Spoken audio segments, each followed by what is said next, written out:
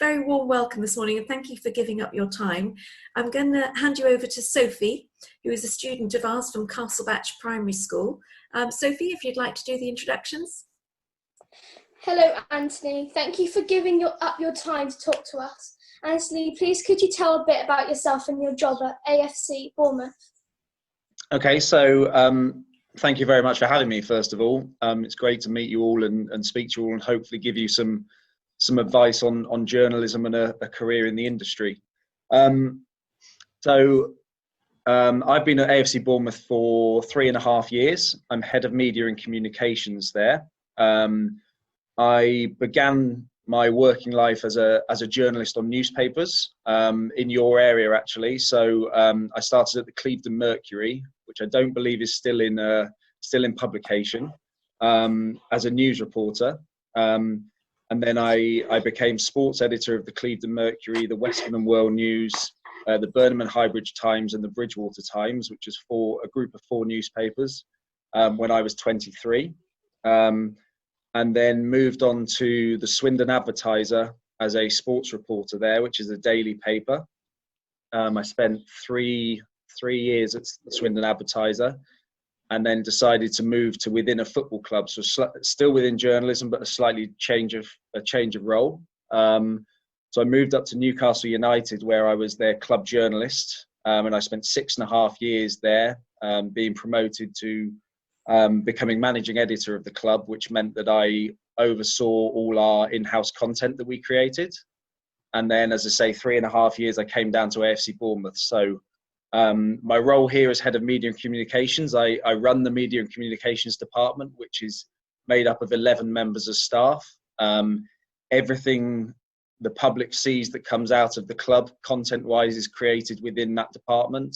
And also every interview that a manager or a player may give to an external media publication comes through myself and my colleagues. Okay, thank you for that. And now I'm going to start things off with the first question. Did you ever play sports yourself before you became involved in media? If so, what sport did you play? I played a lot of sport at school. I've done quite a bit of running over the years, not so much these days, but my main sport was always football. I was always football mad, played from the age of 7. I still play now for a veterans team. But when it became apparent that I was never good enough to make it professionally, I tried to find the next best thing for me, and that was definitely to work within sport and within a football environment. So should we go for Katie? Hello, Anthony. My question is, the Premier League is watched by millions of fans across the world. How do you appeal to fans in other countries? One of the easiest ways. So we have to provide access for. We have to provide interviews for all the rights holders of the Premier League across the world. Now, in this country, we obviously know of Sky Sports and BT Sport and the BBC, but there are hundreds of other broadcasters across the world who pay a lot of money to show the Premier League in their countries. So every week we have to provide interviews and training footage for those broadcasters, so they can come in and they can set their cameras up and record bits of training, so they get to see the players in action. They get to speak to a player a week, and we are told reliably that our content and what the club puts out can reach 1 billion homes across 80 different countries at any one time. So that's probably the best and most effective way of reaching other countries. Okay, next we go to Dawson. Hi, my question is, how do you think that smaller football clubs in lower leagues will be able to bring football to their fans in the near future in light of the coronavirus pandemic, as they may not have as much TV coverage as bigger clubs would? That's a really good question. It's certainly going to be a challenging time for the smaller club, well, for every club, but even more so the smaller clubs, as you say, who aren't highlighted quite so much. Probably, I mean, it looks like football will be behind closed doors for a while. So probably the easiest way, I would say initially, is to stream the games, whether it's to their club website or an app or something like that, to provide them with the footage that way. I'd say is probably the best way to bring them that. Okay, Tamsin next. So my question is, how does it feel to be supporting one football team when you work for another? Yeah, it's not too bad actually. I've had it at, obviously I worked at another club before, and I have worked I support Watford, and I've worked a number of games against Watford. It's kind of one of those things that you just put out of your mind. Quite often people say to me, "Oh, we're playing Watford this weekend. You must have split loyalties or something like that," and that's never the case. At the end of the day, work is more important than any support of another team. So I managed to put my love of Watford aside for 90 minutes twice a season. Emma Hewson. Hi, my question is, what challenges do you face trying to manage journalists wanting their story? Yeah, journalists are, well, depending on the publication, they are very keen. I'll be very honest, we are very lucky down here that we have a great relationship with the local journalists and the national journalists who cover this patch. I would imagine that the bigger, more high-profile clubs are inundated with requests every day, and the best way for me to manage it is to create good relationships. If you can be open and transparent with people, give them access that they want. You can't give them everything, but give them things when you can, when it's right for the club. You have to manage the club's interests as much as theirs. But then if you create that good relationship, then you know that when times are tough, they will maybe go a bit easier on you. They'll be a bit kinder towards the club. Emma Latchford. Hi, which media platform do you prefer to work with? For example, TV, television. Well, I'm old school, so I was trained as a print journalist. So I love newspapers and print journalism. In terms of football, I love the match day programs. I love having everything written down, and I enjoy seeing, from my work perspective, I enjoy seeing when a player does an interview how that ends up in the newspaper, which pictures they use, which quotes they use. But equally so, it's nice when the players have done a TV interview. They may have been filmed for 2 hours, and again, see which shots have been used and how they paint it all together. So I've sat very much on the fence. I would probably verge towards newspapers, but I enjoy the TV side of things as well. Shannon? My question is, what challenges have you faced in media and how have you overcome them? There's always challenges. There's challenges every single day. I'd say no more so than at the moment, with the coronavirus pandemic that's ongoing. It's a huge challenge for football in general. The best way to overcome them, as I said before, is kind of being open and transparent with people, building good relationships and gaining people's trust. One important thing I think within sort of communications and PR is that you can't have it all your own way all the time. There are going to be tough times. You can't please everybody all the time. And sometimes, as much as it pains me to say it, you have to kind of put your tin hat on and accept the criticism that comes with it. Olivia Finch? Hiya.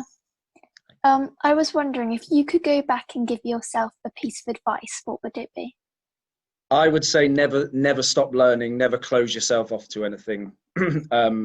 What I've learned since I began in this industry is that it's ever changing and ever developing, and that will continue. When I started as a journalist, mobile phones were not really a thing. Certainly there were no social media platforms. And now a lot of the majority of our engagement with our supporter base comes through things like Twitter and Facebook and Instagram. So how it will look in another 10, 15 years, I really don't know, but it's really exciting. So I would say to you guys to don't pigeonhole yourself into one thing. When I was learning, I went off to night college and learned shorthand once a week for 2 years. I went and did a week-long video course in Darlington just to improve my skill set. The more rounded as a journalist and as a media person you are, the more chance you have of making it within the industry. Poppy? Hi, my question for you is, out of all football clubs, why did you choose to work with Bournemouth? As I say, I'd done sort of 6 years at Newcastle, and I'd experienced everything there. We'd been through 4 managers, a European campaign, a relegation, and numerous things in between. And I felt it was time for something new. I'm obviously from just outside where you guys are from. I'm from Yatton. So it was a chance to come a bit closer to home, to come to Bournemouth. But when I came down here and met the chairman and the general manager for an interview, the club was so warm and welcoming. It's small, it's got a real family feel to it, but it's incredibly ambitious, incredibly professional, and it just really felt like a place I wanted to be. We go for Jack Maynew. My question is, how do you think the coronavirus will affect football, as Euro 2020 was meant to be on this year? Yeah, it's ever changing, that one. I mean, the season was suspended just over 2 months ago, and even in those 8-9 weeks, a lot has happened in that time, and what we thought would have been the case is changed even in that short space of time. So I don't know how it will affect football long term. I mean, at the moment, the Premier League are desperate to get the games back on to restart the season, and hopefully that will happen as long as it's safe to do so. After that, I'd imagine they will try and play the following season as quick as possible with a short break in between, just to try and regain the calendar and get some sense of normality. Whether that's possible remains to be seen, but I mean, the ultimate thing is that supporters and staff and employees and players at every club are doing what they do in a safe environment. Freddie? What inspired you to become a sports reporter? That's a really good question. So, as I mentioned before, I was never good enough to play football, but loved football. So, wanted to do the next best thing. I actually went to university not really knowing what I wanted to do, but I did a course that you couldn't do sports journalism in those days. There weren't such courses, so I did sports studies combined with media and film studies, with an eye on the industry, but not really knowing what I wanted out of it at the end. I started writing match reports for the university football team, and had a few of those published in the local paper, which gave me a taste of it. And then going further back, I probably always knew subconsciously that it was what I wanted to do. My mum and dad told me stories about how I used to record Match of the Day on a Saturday night, watch it on a Sunday morning, and write match reports from Match of the Day every week. So even if I didn't realise it at the time, I probably always wanted to be a sports journalist. Tom, next. How do you keep your fans engaged when there is no football going on? That's been one of the biggest challenges of this time. We are normally based at the stadium, which is where the players are. So we have great access to them. So we've had to work very differently at the moment. There's obviously a lot of messages to put out at the moment about current coronavirus situation. But what we've also done is used Zoom like this to interview players. We've replayed classic games on our YouTube channel for the supporters, so they can remember great games and get their football fix. And our players have been excellent in engaging with the fans. We've had players making phone calls to fans to check in on them and see how they're doing at the moment. They've been giving fitness tips, mental health tips. So I'd say, if anything, actually, we've probably improved the level of our content. It's just very different to how it would look during a normal season. Should we go for Amy next? Hi. So I'm just wondering, so I've heard that you like a lot of football and you liked it when you were younger. So was this always your dream job or your dream role, and where you thought you would end up? I didn't ever think I'd want to end up necessarily within a club. I as soon as I started off as a journalist, I knew that the media was for me, and I knew I wanted to stay in there. But I never really saw myself heading over to the other side of the fence, as it were, and working within a club.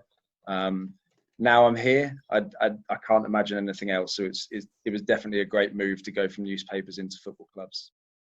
Henry. My question is, when you started your career, did you ever think that you would work for such a high team like Newcastle or Bournemouth? No, I didn't. I'll be honest, I absolutely didn't.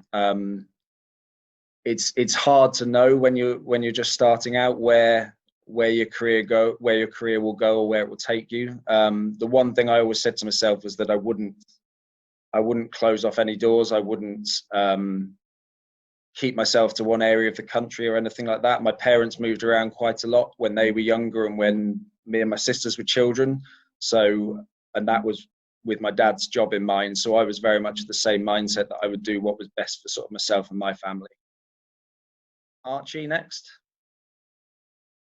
And my question is, have you ever had a setback in your career, and how has it affected you? Yeah.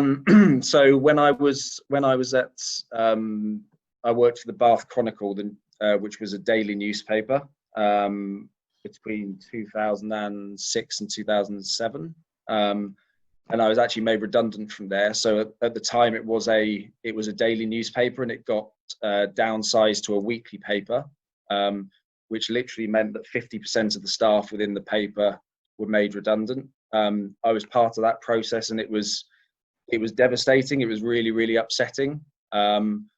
Thankfully, I had a great boss at the time who helped me find other employment, and that's when I went on to Swindon. She put in a good word for me at Swindon, where there was a job on the sports desk going there, and then that was a fantastic place to work. So it was kind of once one door shuts, it opened another opportunity for me elsewhere. Joel, next. Have you ever spoken to any of the first team players, and if so, which player is the funniest? I'm very fortunate in the sense that I have to deal with the first team every single day. So I speak to them most days, whether it's face to face or at the moment over Zoom or via WhatsApp. In terms of the funniest, I would say from our club is Callum Wilson. He's always full of beans, full of life, laughing and joking. You tend to hear his laugh before you see him coming around the corner. But they're a fantastic bunch here. I've worked with a lot of footballers over the years, and I can hand on heart say that this is the best dressing room I've ever worked with. They're an incredibly good bunch of guys who know their responsibilities within society, know how they should act, and are great role models for young children as well. Josh? Hi there. My question is, how do the fans feedback on how the club runs, and how can that impact the club? There's many ways. So from the old school ways of writing a letter, we receive lots of letters from supporters about how the club is doing or how the club is being run. We receive emails. We take notes from when people message us or at us on social media. And we do take note of them. I mean, obviously some are more serious than others. Some, if we've lost a few games, some will just be telling us to win more games, which is obviously the simplest thing in the world. But we do take note. That's one of the things that I really like about this club. Like I said, it's a family club, it's a community club, and we have a real tight connection with our fan base. We have regular meetings with supporters through various focus groups, and we do take note of what they say. We can't implement everything everybody wants, but we try to take on board the best things, and because ultimately a football club is for the supporters as much as anybody else. It's for the community, it's for the fan base, and you can never ever lose sight of that. Olivia Montgomery. Hi, my question is, have you always had a love for media? I have, yeah. I always remember My parents always had a newspaper delivered. I was always reading it generally back to front, starting at the sports pages. They were regular viewers of the news, which they got me into watching as well. So I've kind of engaged with every form of media, be it radio, TV, newspapers, whether I realised it or not at the time. I definitely always had a love for it. Nigel, do you have any questions for Anthony? Yeah, morning, Anthony. Morning, Nigel. Good to see you and hear your experiences. I just wonder that you'll know as well as I do, there's a saying in journalism that you should never let your hobby actually become your job. Now, you've been interested in sport, obviously, from a very early age. Any regrets at all about going down the sports route? No, none at all. I can honestly say that I wake up every morning and enjoy going to work, and have done for the last 16 years. I didn't realise it at the time, but I was fortunate enough that when I graduated from university, I spent 10 months working in a bank before I got a job in journalism. And in a way, that kind of showed me exactly what I didn't want to do. I didn't want a Monday to Friday 9 to 5 job. I didn't want to be sat behind a desk. This gives me freedom. It gives me very unstructured, unsociable days sometimes, and no 2 days are the same. But that's equally the beauty of it. And I love football. I love sport. I love it too much sometimes, and I do. I'm guilty of bringing my work home with me and never really switching off. But equally so, I wouldn't have it any other way. Ringing endorsement there. Okay, Anthony, thanks very much indeed. No worries. Yeah, hi, Anthony. Hi, Shane. Hi there. My 14-year-old is right now, I can hear him watching the Alan Shearer and Ian Wright programme that was for Match of the Day on Sunday about the greatest player they've ever seen. Obviously, you've watched football from Match of the Day and you're still watching it today. Who's the greatest player you've ever seen in the flesh and why? Oh, that's in the flesh as a supporter in a non-working role. I was fortunate enough to go and watch Barcelona about 10 years ago. So Lionel Messi tops the lot in that respect. From a working perspective, that's incredibly tough. There was a player at Newcastle called Hatem Ben Arfa, and he was an absolute maverick.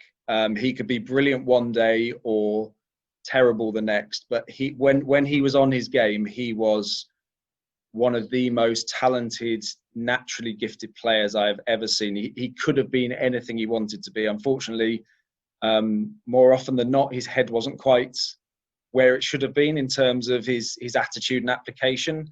But when it was, he was a joy to watch.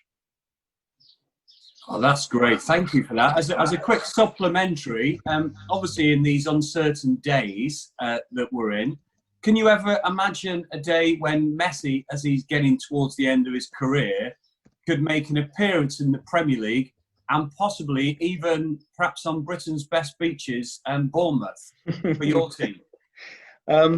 I think there'd have to be a significant injection of cash in Bournemouth to be able to afford Lionel Messi, unfortunately. As much as I'd like it, I don't think the beaches alone are that much of a pull for him, especially with the beaches of Barcelona. But I would love to say that he may come to England towards the end of his career. Unfortunately, I also think that being a one-club man may be too much of an enticement for him, just wanting to only play for Barcelona and to sort of bow out at his highest. Thanks for this morning. I was going to ask you about use of social media, but you've kind of covered that. So if you don't mind, I'm going to ask you a personal question. You mentioned about coming from Yatton, so I just wondered what your connection was to Watford as opposed to Bristol City. It was a family thing. So as I mentioned, my parents moved around quite a lot, and my mum and dad actually met in Watford. And my dad worked for the club for a short while. So he wasn't a football fan when he started working for them. and then became a Watford fan via working for them. So when I was born, I didn't have a choice, unfortunately. It was tough growing up and going to school in Backwell when all your classmates are Bristol City fans, and I was the sole Watford fan, but I managed to get through it. That's fair enough. If you follow your father, I think that's okay. My son's had to follow him, and he thinks Bristol City are great, but he's not followed the years of hurt that we've had. Thanks again, Anthony. Thanks for your time. No worries. Yeah, Anthony, thank you very much. I think Mr. Phillips means decades of hurt rather than years. But however, Anthony, thanks very much indeed. I'm just interested that we're trying to inspire our young people here to go further afield than potentially the Southwest, although clearly nothing wrong with the Southwest. But I think I'm right in saying you went to school at Backwell, did you? I did, yes. Yeah, I mean, I obviously have worked in the past with Mr. Baldwin and actually worked in the same school as Mr. James. I don't know if you remember those guys, but certainly Mr. James was my drama teacher. Yeah, he was an interesting character, Mr. James. Yeah. So how would you, coming from where we do, and we all love the Southwest, how would you sort of say, what would you say to people who are, today our students here are going to school in Weston-super-Mare and other places in the Southwest? I mean, how can they broaden their horizons and look further afield? Or do you think that's the right thing to say to young people, maybe? I mean, you've obviously, done really exceptionally well in your own career. What would you say to our students here today on that theme? I would say that everyone's situations are individual, really, and it kind of depends, I suppose, what people want to gain out of their career. There may be brilliant opportunities right on your doorstep there in Weston-super-Mare. For me, I did have to look further afield, but I certainly wasn't averse to staying around and being in the area. I love the Southwest, love North Somerset. It's a fantastic place, and I love going home to visit my family. But I would just say never close yourself off to anything, because there are brilliant opportunities everywhere, whether it's in England, whether it's abroad, anything like that. And the more experience you can gain, the better. We don't work for too long a time, so I always wanted to make the most out of everything I could in terms of work. All right. Thank you, Anthony. Really excellent today. Thank you for your time. So brilliant. Thank you. Thank you all for your questions. It's been a really good time. Oh, we'll keep in contact. Thank you. Absolutely. Thank you very much. Thanks, then. Thank you. Bye-bye. Bye-bye. Bye-bye.